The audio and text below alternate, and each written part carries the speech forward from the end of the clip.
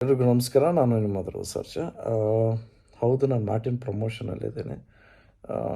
But ಮಾರ್ಟಿನನ್ನು ಒಂದು ನಿಮಿಷ ಪಕ್ಕಕ್ಕೆ ಇಟ್ಬಿಡೋಣ. ಇವತ್ತು ವೀಡಿಯೋ ಮಾಡ್ತಿರೋ ಉದ್ದೇಶ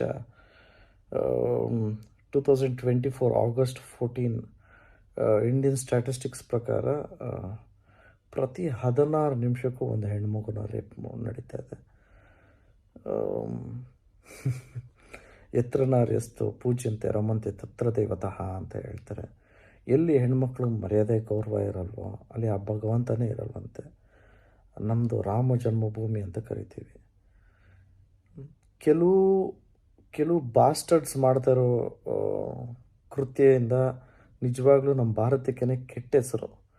ಹೆಣ್ಮಕ್ಳಿಗೆ ಮಾತ್ರ ಹೀಗಿರಿ ಆಗಿರಿ, ಹಿಂಗೆ ಬಟ್ಟೆ ಹಾಕ್ಕೊಬೇಕು, ಇದನ್ನೇ ಮಾಡಬೇಕು ಅದನ್ನೇ ಮಾಡಬೇಕು ಅಂತ ಹೇಳೋದಕ್ಕಿಂತ ಒಬ್ಬ ಹುಡುಗನ್ನ ರೇಸ್ ಮಾಡಬೇಕು ಅಂದರೆ ಗಂಡು ಮಕ್ಳಿಗೂ 3 ಕಂಪಲ್ಸರಿ ವಿಷಯ ಹೇಳ್ಕೊಡ್ಲೇಬೇಕು.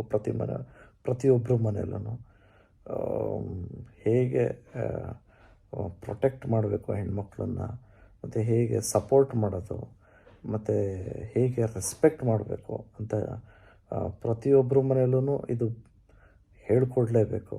ಇಂಥ ರೇಪಿಸ್ಟ್ಗಳಿಗೆ ನಿಜವಾಗ್ಲೂ ಅವ್ರು ಸಿಕ್ಕಿ ಕಾನೂನು ರೀತಿ ಶಿಕ್ಷೆ ಆಗಲಿ ಅಂತ ನಾವು ಭಗವಂತನಲ್ಲಿ ಕೇಳ್ಕೊತೀವಿ.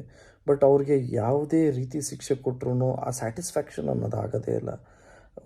ಇಂಥ ನನ್ನ ಮಕ್ಕಳನ್ನ ನಿಜವಾಗ್ಲೂ ನಡು ರಸ್ತೆಯಲ್ಲಿ ನಿಲ್ಲಿಸಿ ಜೀವಂತವಾಗಿ ಸುಟ್ಟಾಕ್ಬಿಟ್ರು ಅದು ಆದ್ರೂ ಸ್ಯಾಟಿಸ್ಫೈ ಆಗೋಲ್ಲ.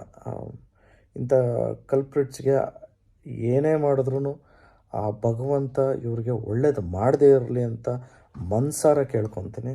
ನಾನು ವಿಡಿಯೋ ಮಾಡ್ತಿರೋ ಉದ್ದೇಶ ಏನು ಅಂದರೆ, ನಿಜವಾಗ್ಲೂ ನಮ್ಮ ಮನೇಲೂ ನನಗೂ ಒಬ್ಬಳು ಹೆಣ್ಮಗಳು ಇದ್ದಾಳೆ. ಅನ್ಯಾಯ ಆಗಿದೆ, ಯಾರೋ ಮನೆಗೆ ಅನ್ಯಾಯ ಆಗಿದೆ ಅಂದಾಗ ನಿಜವಾಗ್ಲೂ ಅವ್ರ ಜೊತೆ ನಾವು ಇವಾಗ ಇರಬೇಕು. ದಯವಿಟ್ಟು ಎಲ್ಲರೂ ಧ್ವನಿ ಎತ್ತಿ let us ask for justice. It is time to change India. ನಾವೆಲ್ಲ ಒಂದಾಗಬೇಕು.